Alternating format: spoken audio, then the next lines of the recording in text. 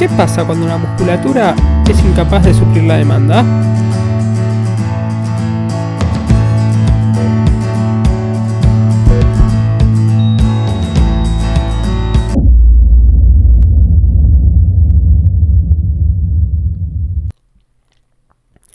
Como vimos previamente, los músculos, en especial el diafragma, son los encargados de aumentar el volumen de la caja torácica, disminuyendo la presión dentro del pulmón y generando así una diferencia de presión con el exterior. Esto va a hacer que el aire entre desde el exterior hacia los pulmones. Cuando por algún motivo los músculos son incapaces de realizar este trabajo, vamos a suplantarlo con el ventilador. ¿Y cómo funciona? Ahora veremos los tres principales modos que se utilizan en la terapia intensiva. El primero que veremos será presión control. Partiendo de una presión base, la presión al final de la expiración, en este caso positiva, que va a igualar el sistema, el ventilador aumentará la presión generando una diferencia de presión y un flujo de aire hacia el pulmón, lo que aumentará la presión en el sistema respiratorio. Vamos a ver esto en un pequeño ejemplo con un diagrama. Como vemos, el ventilador generará una presión base. En este caso pusimos 5 centímetros de agua. Esa presión base equilibrará el sistema formado por el ventilador y el pulmón. Luego, aumentará su presión a la presión seteada por nosotros. En el ejemplo es de 21 centímetros de agua, generando una diferencia de presión y un flujo de aire hacia el pulmón. El pulmón se empezará a llenar de aire, aumentando su presión. ¿Pero hasta cuándo? Hasta que termine el tiempo inspiratorio seteado, o hasta que se igualen las presiones. Depende qué es lo que pase primero. Ahora, el ciclado, que es el paso a la fase expiratoria, esa sí será dada por el tiempo inspiratorio seteado. Eso quiere decir que si la presión llega a equipararse antes que termine el tiempo inspiratorio, tendremos una pausa inspiratoria. No tendremos flujo de aire, pero seguiremos en la fase inspiratoria. Cuando el tiempo seteado finalice, pasaremos a la fase expiratoria, en donde la presión bajará hasta la PIP, generando una nueva diferencia de presión, pero en este caso en sentido inverso, haciendo que el aire salga del pulmón, volviendo al equilibrio nuevamente y terminando el ciclo ventilatorio, formado por la fase inspiratoria y expiratoria.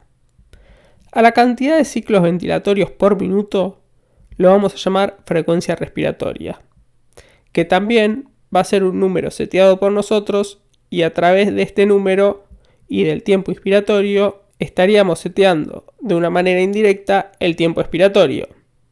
Vamos a verlo mejor con un ejemplo. Supongamos que a un paciente le seteamos 15 de frecuencia respiratoria, por lo tanto, al minuto a los 60 segundos los vamos a dividir en 15, lo que nos dejaría 4 segundos para cada ciclo ventilatorio. Si le seteamos un segundo de tiempo inspiratorio, nos quedarían 3 segundos de tiempo expiratorio. Si le aumento la frecuencia respiratoria a 30, me quedarían 2 segundos para cada ciclo ventilatorio. Si dejo el tiempo inspiratorio en 1 segundo, me quedaría 1 segundo para el tiempo expiratorio. ¿Y qué pasa si la persona hace un esfuerzo inspiratorio? Nosotros, en el ventilador, vamos a setear una sensibilidad determinada, un umbral que si el esfuerzo del paciente logra sobrepasar, el ventilador le enviará un ciclo ventilatorio más, con los mismos parámetros que lo venía haciendo antes. Esta sensibilidad, este umbral, puede ser por presión o por flujo. Vamos de nuevo a los diagramas para dar un ejemplo. Supongamos que el paciente ya ha sacado todo el aire y está con la presión base, con la PIP, en equilibrio. Y pusimos como sensibilidad en presión que cuando el paciente genere una presión negativa de 2 centímetros de agua, le enviaremos un nuevo ciclo ventilatorio. El paciente realiza esta disminución de 2 centímetros de agua, lo que es censado por el ventilador, que aumentará su presión empezando el ciclo ventilatorio. En el video anterior hablamos cómo el flujo es directamente proporcional a la diferencia de presión. e inversamente proporcional a la resistencia. En este caso, como el paciente realizó un esfuerzo, una presión negativa, la diferencia de presión será de 21 menos 3, o sea 18 centímetros de agua. Mientras que cuando el paciente no generaba esfuerzo, la diferencia de presión era 21 menos 5, o sea 16 centímetros de agua. Por lo tanto, como la resistencia no varía, podemos decir que cuanto más esfuerzo, presión negativa, genere el paciente, mayor diferencia de presión generará y eso producirá un mayor flujo. Por último, nos queda hablar de cuánto volumen ingresará.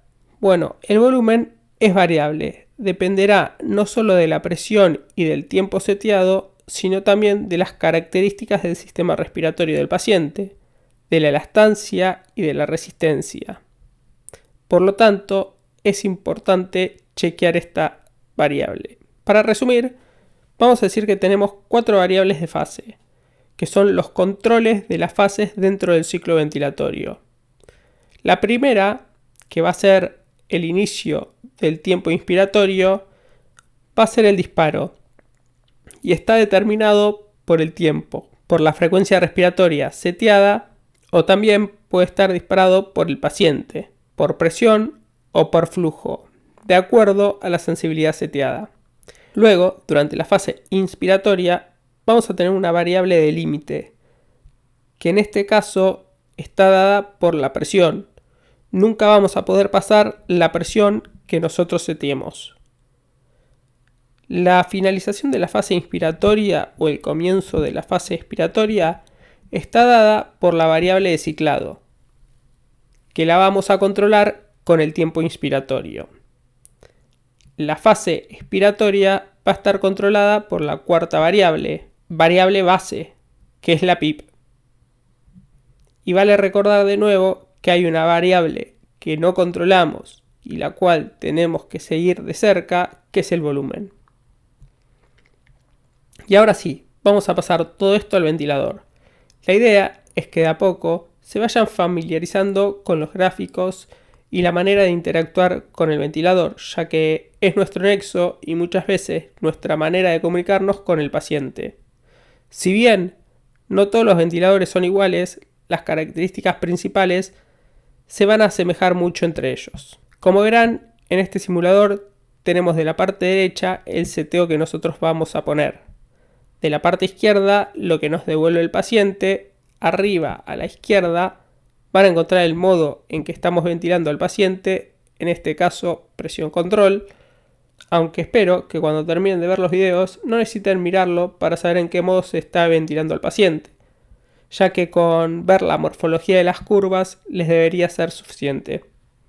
Así que vamos a ello, vamos a ver las curvas. En este caso, de arriba a abajo tenemos la curva de presión en función del tiempo, la de flujo en función del tiempo y la de volumen en función del tiempo. Esas son las 3 que vamos a ver por ahora. Vamos a congelar la pantalla, así las vamos explicando. La primera, presión en función del tiempo. En el eje Y tenemos la presión y en el eje X el tiempo. Como vimos previamente, comienza con la presión base, con la PIP, en 5 centímetros de agua. Como la frecuencia respiratoria está seteada en 12, cada 5 segundos vamos a empezar una inspiración.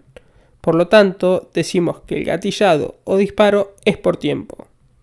Comienza la inspiración y aumenta la presión del ventilador, que lo tenemos seteado en 12. 5 de la PIP más 12 de la presión control nos dará un total de 17 centímetros de agua. Va a llegar a 17 centímetros de agua y se va a mantener un tiempo determinado. El tiempo inspiratorio que nosotros seteemos. En este caso, un segundo. No lo podemos ver en esta pantalla, pero después se los voy a mostrar dónde aparece. Al pasar el segundo, pasamos al ciclado, donde empieza la fase expiratoria y cae la presión a 5 centímetros de agua, a la presión base, a la PIP. Ahora pasamos a la segunda curva. Flujo en función del tiempo, flujo en el eje Y, tiempo en el eje X. ¿Se acuerdan de esta ecuación? La vamos a dejar por acá, porque básicamente esta curva es la representación de esta ecuación.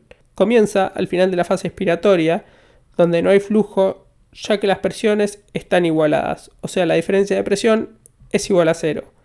Como dijimos previamente, el tiempo va a iniciar la fase inspiratoria aumentando la presión en el ventilador, lo que aumentaría la diferencia de presión entre el ventilador y el pulmón. Por lo tanto, tendríamos el flujo más alto, ya que durante el tiempo inspiratorio el aire va a ir hacia el pulmón, aumentando la presión dentro de él y disminuyendo la diferencia de presión entre los dos. Por lo tanto, también va a ir disminuyendo el flujo. En este caso, como vemos, cuando termina el tiempo inspiratorio todavía hay flujo. Eso quiere decir que el pulmón no llega a alcanzar la presión del ventilador, pero igual inicia la fase expiratoria, que comienza con un flujo expiratorio alto y a medida que van equiparando las presiones va disminuyendo el flujo. Es igual que la fase inspiratoria, pero en sentido inverso. Por último, nos queda la curva de volumen en función del tiempo. Volumen en el eje Y, tiempo en el eje X. Empezando de volumen 0, ya al final de la fase expiratoria, vemos que cuando aumenta la presión y empieza el flujo aéreo desde el ventilador al pulmón, empieza a subir el volumen en el sistema respiratorio. A medida que el flujo va disminuyendo, el aumento del volumen también va disminuyendo, hasta llegar al ciclado, en donde comienza a salir el aire, o sea, a disminuir el volumen hasta llegar a 0 nuevamente. Por último, vamos a ir al panel de control que está abajo a la derecha, en este caso. Cuando cliqueamos en él, se abre esta ventana, en donde tenemos la frecuencia respiratoria, vemos el tiempo expiratorio y la relación entre el tiempo inspiratorio y el tiempo expiratorio, lo que llamamos relación IE. Y vemos que si modifico la frecuencia respiratoria, la aumento, podemos ver cómo estos tiempos cambian.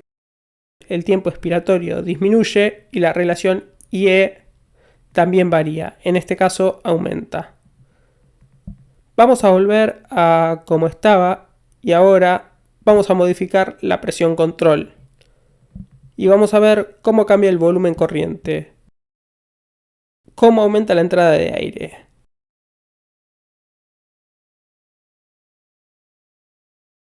Ahora la bajamos nuevamente. Acá tenemos el tiempo inspiratorio. ¿Se acuerdan que habíamos dicho que el flujo no llegaba a 0? Esto quiere decir que las presiones aún no están igualadas.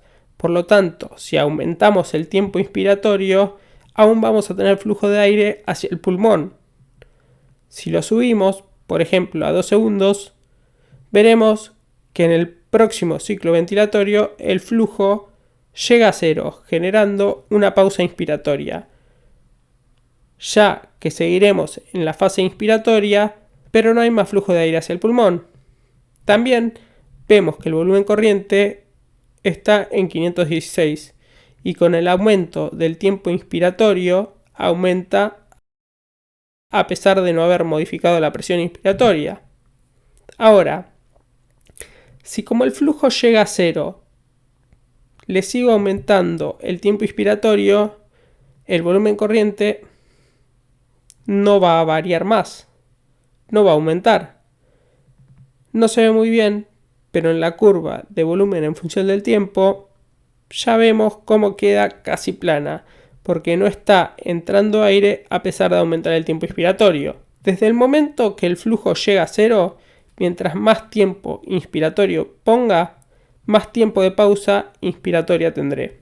Ahora, vamos al rise time, que no lo explicamos todavía. Si bien dijimos que cuando empieza el tiempo inspiratorio, la presión del ventilador aumenta de la PIP a la presión control seteada, eso lo puede hacer de una o despacio a través del tiempo. Si lo hacemos de una, creamos una diferencia de presión alta, por lo que generamos un flujo alto. En cambio, si lo hacemos gradualmente, la diferencia de presión aumenta gradualmente, por lo que cuando llegue a la presión máxima seteada, el pulmón ya habrá recibido algo de aire y habría aumentado un poco su presión.